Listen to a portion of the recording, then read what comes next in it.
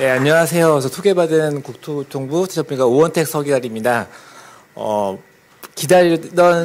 기다리던 발표라는 게 여러 가지 중의적인 의미가 있는 것 같아요. 제 내용을 기다리시는 분도 계신 것 같고, 이제 집에 갈 시간 된 것 같기다, 라고 생각하는데요. 일단은 여러분들, 귀중한 시간 내주셨고, 오래 기다렸으니까요. 조금이라도 도움 될 수 있도록, 좀 준비도 하겠습니다. 근데 제가 시간이 12시까지 끝내야 한다고 해서요.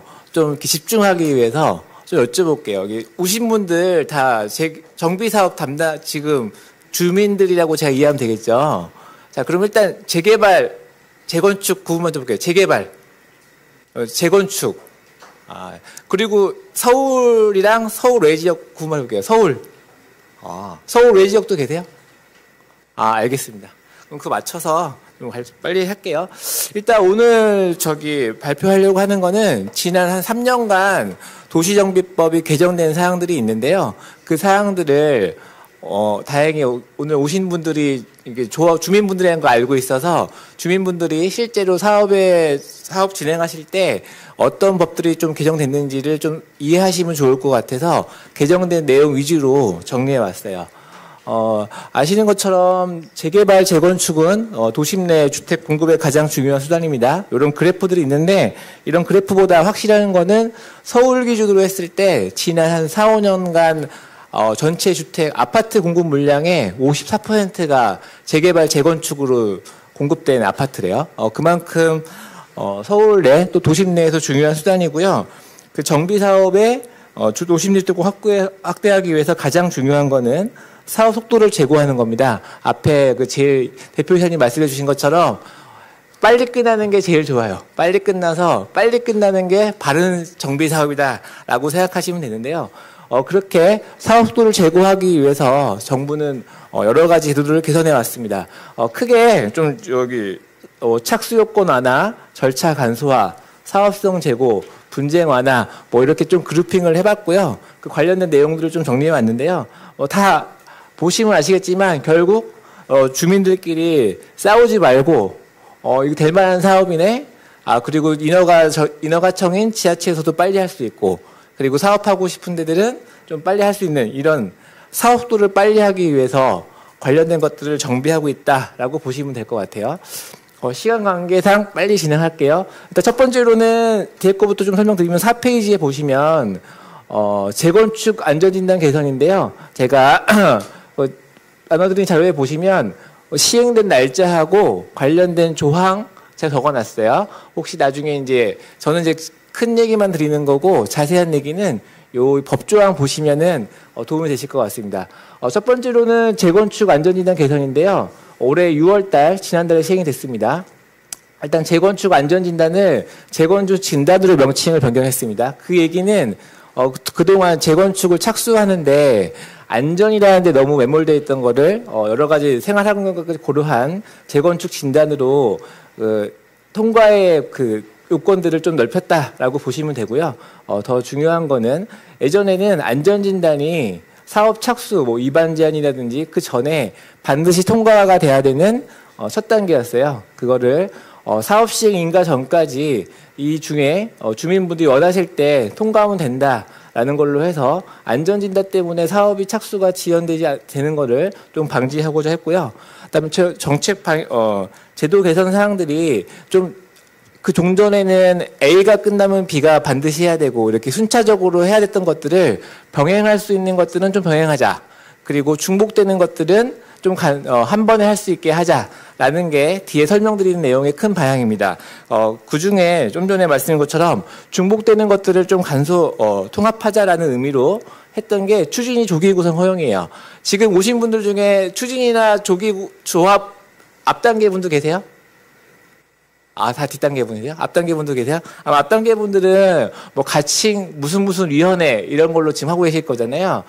원래 정비계획은, 정비사업은 지자체가 정비계획을 하면 그 이후에 주민분들이 사업을 할지 말지를 정하는 구조인데, 시간이 좀 지나면서 앞단의 이반 제한, 이반 요청, 신통기획 이런 거 하면서 주민 동의가 필수적으로 됐고, 그래서 가칭 무슨 위원회 이런 것들이 생길 수밖에 없는 구조가 됐습니다. 그래서 저희가 허용했던 거는 현재 정비구역이 지정되었어만 추진위원회가 됐지만 정비구역 지정 전에라도 그런 땡땡위원회 대신에 추진위원회를 구성해서 뒷단의 추진을 좀 땡길 수 있고, 그다음에 무엇보다 그 앞단에 있는 비법정 단체들을 법정 단체화해서 공식 업무도 수행하고 관리 감독도 하려고 하는 게 목적이었어요. 그럼 어디서 할 수 있느냐라고 보시면 원래는 정비구역이 확정돼야 할 수 있는 건데 정비구역이 확정은 아니지만 지자체나 관계 법령상 어렴풋하게 그 구역계가 정해진 지역이다라고 보시면 돼요. 네, 그것들을 이제 법령에 정한 건데요. 첫 번째로는 기본계획상 예정구역 회전의 지역. 서울 같은 경우는 예정구역이 없으니까 이 뒤에 걸 보시면 되는데 정비계획 위반 요청을 수락한 지역, 아마 서울시는 이제 신통기획 후보지 공모가 법적으로는 위반 요청을 해당되고 있고요. 두 번째로는 정비계획을 주민공단 공고한 지역, 그리고 네 번째로는 기본계획을 수립하지 않거나 뭐 이런 그 경기도 같은 경우에 광명, 군포 이런 곳들은 기본계획이 없거든요. 또는 생활권계획 적용지역, 서울시를 얘기합니다.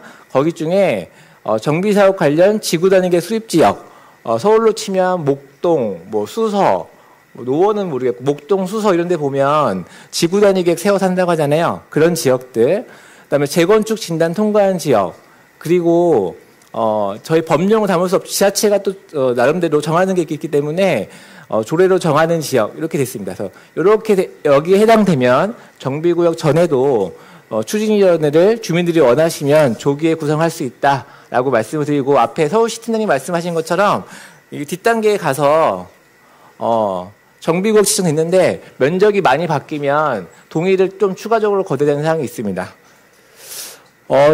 세 번째로는 재건축 조합 설립 동의 요건을 저희가 좀 완화했는데요. 이건 재건축만 해당이 됩니다. 재개발은 아직 아니고요. 재건축은 종전에 75% 동의해서 70%로 5%포인트 완화했고요. 두 번째로는 동별 동의 요건을 현재는 전부 다 2분의 1인데 상가 포함해서 상가 쪼개기가 과도하게 이루어졌으면 3분의 1로 완화한다라고 이해하시면 될 것 같아요. 그 과도하게라는 거는 정상적인 목적이 아니고 정상적인 목적 외로서 쪼개진 경우다라고 이해하시면 되고, 그 경우를 법령에서는 정비구역 지정일 또는 기준일, 정비 기본계획 수립일 이후 시도지사가 정하는 날부터 조합 설립 인가 신청일까지 그 기간 동안 상가가 쪼개진 경우는 3분의 1. 다만 그 상가를 쪼개진 게 뭐 여러분들 걱정하시는 그런 게 아니고 직접 영업하기 위해서 상가를 분할해서 영업을 하고 있다라고 하면 그분들은 원래 그냥 상가 목적이 하는 거기 때문에 그 경우에는 2분의 1이다라고 보시면 될 것 같아요.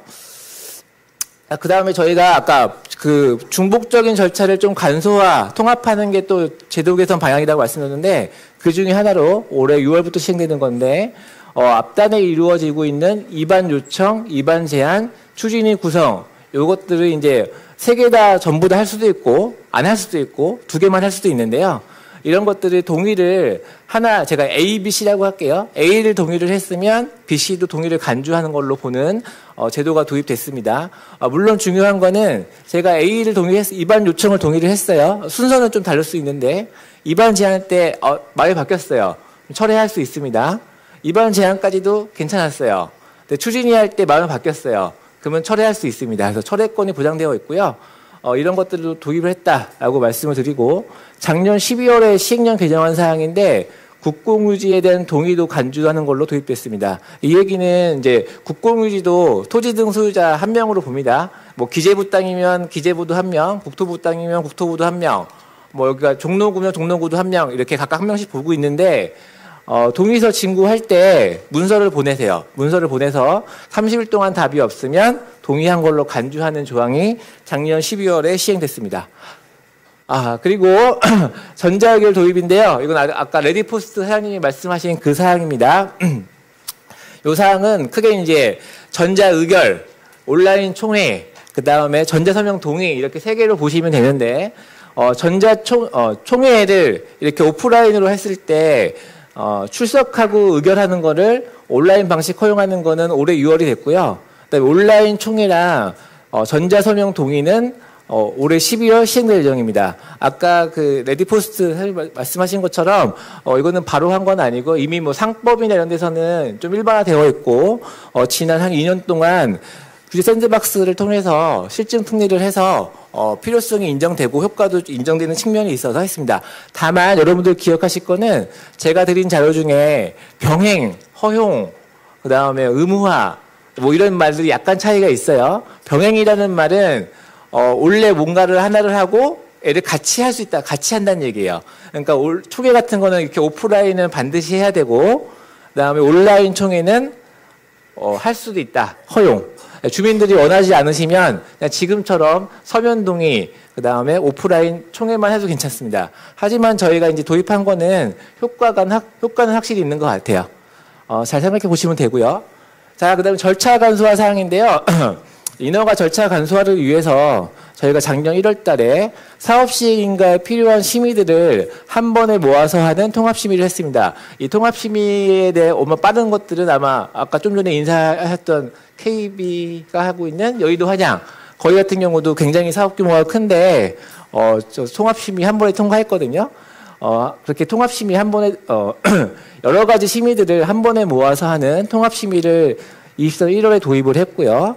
대상도 올해 5월 달에 재해영향평가, 소방심의도 추가했습니다. 그래서 이것들은 이제 앞으로 관련 제도가 바뀌면서 다른 심의들이 생기면 그때 추가할 계획을 가지고 있습니다. 이거는 참고로 이 여러 가지 심의들을 하나만 먼저 하고 싶다라고 하시는 분도 계시는데, 일단 정책적인 판단과 입법자의 의도는 여러 가지 심의들을 따로따로 했을 경우에 뭐 기본적으로 A, B, C, D라고 하면 앞에 걸 했는데 뒤에서 앞에 거를 부인하는 결과가 나오면 다시 해야 되는 문제점도 있었어요. 그래서 이거는 준비하는데 좀 시간이 걸리지만 다 같이 모여서 한 번에 결론을 내자라는 게 이 취지고요. 이런 제도들은 뭐 공공주택 사업이나 다른 사업들에 이미 되고 있는 게 있습니다. 다만 정비 사업은 이게 처음 되다 보니까, 그리고 또 이제 조합분들은 정비 사업만 하시잖아요. 다른 개발 사업 안 하시니까. 그래서 낯설긴 한데, 뭐 이미 서울시에서 성공적으로 잘 하고 있으니까 뭐 조금 보시면 더 좋다는 건 아실 수 있을 것 같아요. 그렇게 되도록 국토부도 제도 관리 감독하도록 하겠습니다. 그 다음에 관리처분 계획 타당성 검증인데요. 이것도 올해 5월 달에 시행됐습니다. 원래 관리처분 타당성 검증은 관리처분 계획을 조합이 지자체에 신청을 하면 일정 비율 이상 증가하면 지자체가 부동산원에 신청을 하게 돼 있어요. 근데 사실상 그 계획 아니라는 거는 총회 의결이 되면 정해지는 거거든요. 아까 말씀드리는 게 좀 뒤에 할 거를 좀 앞에 하고자 하는 것들이 있어서 저희도 이렇게 찾아서 조합이 먼저 부동산원에 신청할 수 있도록 만든 겁니다. 그래서 이거 허용이니까 반드시 해야 되는 건 아니에요. 조합이 원하실 때 할 수 있도록 한 겁니다. 그래서 조합이 신청을 하면 한 달이라도 부동산원이 먼저 검증을 하고 빨리 끝날 수 있다는 것을 고려해서 만들었고요. 그 다음에 사업 절차를 좀 간소화하기 위해서 공공이나 신탁 방식에 대한 절차 특례도 도입을 했습니다. 근데 다만 이거는 아까 제가 파악해본 바로는 서울시 분들이 대부분이어서 서울시는 이게 적용이 안 돼요. 적용 대상은 특별자치시, 특별자치도 시군 내 신규 사업이라고 해서 그러니까 이렇게 이해하시면 됩니다. 입안권자하고 결정권자가 동일한 지역에서만 된다라고 보시면 돼요. 그래서 뭐 지금 많이 하고 있는 데는 뭐 광명시, 군포, 뭐 경기도 원주 이렇게 도 단위에서 많이 하고 있고요. 특광역시처럼 입안권자, 결정권자 다른 곳들은 제외되어 있습니다. 요거 뭐 간략히 말씀드리면 공기업하고 신탁사인 경우에는 일반 정비 사업의 절차와 다르게 공공주택 사업에 있는 절차랑 좀 차용해 온 건데요. 신탁사나 공공기관이 직접 신청을 하고, 그다음에 정비 계획 없이 정비구역 지정할 수 있고, 그다음에 정비구역 지정할 때 사업 시행자도 같이 지정할 수 있는 사항입니다. 그리고 정비 계획이랑 사업 시행 계획을 지금은 순차적으로 하고 있는데 얘를 통합해서 할 수 있는 사항이고요. 뭐 하여튼 이거는 그런 게 있다. 다만 여기 오신 대부분의 주민분들 계신 서울시는 법적으로 적용 대상이 아니다라는 점을 말씀을 좀 드릴게요. 다음 사업성 재고 사항입니다. 요거는 이제 반면에 서울시에서 가장 많이 적용되는 사업이에요. 경기도나 다른 데 얘기 들어보면 약간 이렇게 이 포맷을 잘 사용하지 않아서 작년 1월에 시행이 됐고요. 대상은 역세권 등 교통 기반시설 양호한 곳, 자세한 사항은 조례로 정해져 있습니다. 조례를 보셔야 될 것 같고요. 그 지역에 대해서는 법적 상한 용적률의 1.2배까지 완화해 주는 사항이에요. 아까 그 서울시 팀장님이 뭐 허용 상한 뭐 기부 체납 임대주택 말씀을 많이 드렸잖아요. 그게 이제 종전에는 법적 상한까지 되는 거였고 아까 뭐 역세권 10부트 이렇게 말씀하셨는데 일반 분양이 50%, 서울 같은 경우에는 공공임대 50%까지 해서 법적 상한까지 갈 수 있는데요. 요거는 역세권 등 양호한 곳은 최대 1.2배까지 할 수 있고 그 경우에는 임대가 아닌 공공분양도 갈 수 있다. 공공분양이 가게 되면 인수 가격이 좀 오릅니다. 토지는 기부채납인데 얘는 감정가 50% 올라가고 있어요. 참고로 제가 기사로 파악한 거는 최근에 음마 아파트가 이거 적용해서 뭐 320%인가 310%인가 이렇게 한다는 걸로 기사를 봤던 것 같아요. 요거는 기억하실 거는 조례로 정하는 양호한 곳에 최대 1.2배까지 무조건 360이 아니고요. 최대 이 범위 내에서 그 지역이 허용하는 범위 내에서 할 수 있고 그 경우에는 공공분양도 임대 대신에 공공분양도 일부 공공기여한다라고 이해하시면 될 것 같습니다. 그리고 아까 이 얘기도 나왔었는데 임대주택의 인수가격 상향하는 것도 저희가 일부는 추진했고요. 일부는 추진할 예정이에요. 일부 추진한 거는 이제 시행령 개정사항이라고 해서 정부가 할 수 있는 것들은 작년 말에서 올해 3월에 시행을 했고요. 국회에서 해야 되는 것들은 작년에 못했고 올해 이제 국회 열리면 이견이 없기 때문에 될 것 같습니다. 일단 다 아시는 거 대부분 다 아실 것 같은데 저희 정비사업의 임대주택은 크게 두 개로 구분할 수 있습니다. 재개발할 때 무조건 건설에 대한 재개발 의무 임대, 그다음에 재개발이든 재건축이든 용적률을 완화받으면 이 발생하는 공공임대 이렇게 크게 두 가지로 볼 수가 있는데요. 일단 인수 가격은 재개발 의무 임대는 의무적으로 하는 거기 때문에 토지는 감정평가액이고 종전에는 표준건축비였어요. 반면에 공공기여 임대는 용적률 인센티브이기 때문에 토지는 무상이고 건물은 표준건축비였는데요. 저희가 작년에 재개발 의무 임대는 기본형 건축비 80% 바꿨고 공공기여 임대는 바꿀 예정이다. 국회에 있다 말씀을 드릴게요. 참고로 언론에는 많이 안 나왔는데 공공기업 임대 같은 경우에 법상 지하층 가산비가 포함되지 않는 구조인데 재개발 의무임대처럼 지하층 건설비도 포함된다. 아까 이제 어떤 분 말씀해 주신 것처럼 그런 문제점이 있었기 때문에 최대한 현실화하는 것들을 추진하고 있다. 국회에 올라가 있다라는 말씀을 드릴게요. 그리고 국회가 이제 논의가 되면 크게 의견 없는 사항이기 때문에 될 것 같다라고 조심스럽게 말씀을 드리겠습니다. 자, 그리고 제도 개선 외에 저희가 예산 사업이나 이런 것도 좀 추진하고 있는데요. 사업비 지원, 사업성 제고하는 게 물건을 많이 팔아서 수익을 늘리는 것도 있고요. 그다음에 돈 빌릴 때 싸게 빌리는 것도 있고요. 그다음에 사업을 빨리 끝내서 금융비용이 줄어드는 것도 있습니다. 앞에 말씀드린 절차 간소화나 이런 것들은 대부분이 이제 사업 기간을 줄여서 속도를 금융비용 줄이는 건데요. 저희가 이제 그 금융비용 줄이는 차원에서 조합 설립이 되면 저희가 요건에 맞으면 40억 이내로 기금 융자해주는 사업을 올해 신설했어요. 올해 지금 접수받고 있거든요. 여러분들 조합 설립된 분이 있으시면 저희나 허그한테 연락 주셔서 받으시면 좋습니다. 그리고 사업시 인가를 받으면 대출을 민간 받을 때 허그가 보증해준 걸 넣고요. 그다음에 이주 착공 단계에서 허그한테 본사업비 보증을 받는데 종전의 50%인 것도 60%로 10%포인트 늘렸습니다. 자, 그리고 분쟁 완화하기 위해서요. 아까 그 간평사님이 말씀해 주신 것처럼 동의 빨리 하시고 그다음에 분쟁 비대위 등으로 조합 임원이 공백기 되고 이런 거 생기면 사업기간 늘어지고 하면 다 금융비용 올라가거든요. 그래서 저희가 이제 그런 것들을 좀 방지하고자 그런 목적 중에 하나로 조합 실태 점검을 매년 2차례 국토부랑 지자체 합동 점검하고 있습니다. 그리고 저희가 국토부가 하는 거 외에도 지자체에서 수시로 하고 있어요.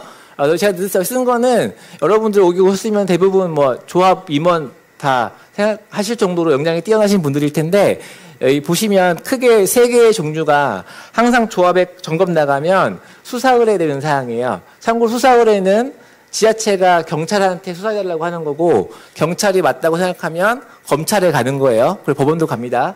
그만큼 좀 위반사항 벌칙이 있는 건데요. 많이 있는 것들이 총회 사전 의결 없이 계약 체결하는 거. 그다음에 저희 아까 감평사님이 감정평가사 아무나 뽑으면 안 되는 것처럼 도정법은 수의계약 안 되고 대부분 원칙이 일반 경쟁 입찰입니다. 하지만 잘 모르고 수의계약 하시는 분도 있어요. 그럼 수사 의뢰고요. 그다음에 정보 공개 요건 지나면 이것도 수사 의뢰 당하고 있습니다. 이런 사항들은 알고 계시면 충분히 험한 꼴 안 당하실 수 있는 사항이니까요. 잘 들으세요. 자, 그 다음에 아까 상가 쪼개기 제한에 대한 제도 개선도 저희가 작년 1월에 시행됐습니다. 요거는 이제 쉽게 생각하시면 이렇게 하시면 돼요. 재개발 사업장에서 주택 쪼개기로 이루어지면 아파트 못 받는다 이런 건 알고 계시잖아요. 원래는 이제 주택 쪼개기만 막 되고 있었는데 상가도 동일하게 쪼개기가 되면 분양권을 미부여할 수 있게 돼 있다. 기준 이후로 요거 도입됐고요. 동시에 지자체가 특정 기간 3년, 4년 이내에서 그 아파트 단지 내에서 상가를 쪼개는 거를 아예 금지하는 것도 할 수 있게 도입을 했어요. 요거는 이제 만약 상가 재건축 사업장이다 생각하시면 보실 게 기준이 어떻게 돼 있는지도 확인해 보시고 그다음에 이거는 지자체가 행정행위를 해야 되기 때문에 돼 있는지도 확인해 보시면 될 것 같습니다. 그 다음에 이제 공사비 분쟁에 대해서도 저희가 이제 공사비는 많이 올랐고요, 현실적으로. 이제 그거를 적정 수준으로 인상을 해야 되는데 그러한 공사비 분쟁이 일어나는 거를 최대한 예방하는 방법, 그리고 공사비 분쟁이 일어났을 때 그걸 조정하는 방법들도 저희가 지원을 좀 하고 있습니다. 다만 공사 계약이라는 거는 4인간 계약이라서 법에서 어떻게 하라고 하기가 상당히 한계가 있어요. 그래서 제일 중요한 거는 계약서를 잘 쓰셔야 돼요. 계약서를 잘 쓰셔야 됩니다. 여러분들 생각해 보시면 집 살 때나 뭐 차 살 때나 여러 가지 보시잖아요. 근데 이 표준계약, 시공사 계약서는 그렇게 잘 안 보시는 경우도 많아요. 그래서 저희가 표준계약서를 배포했고요.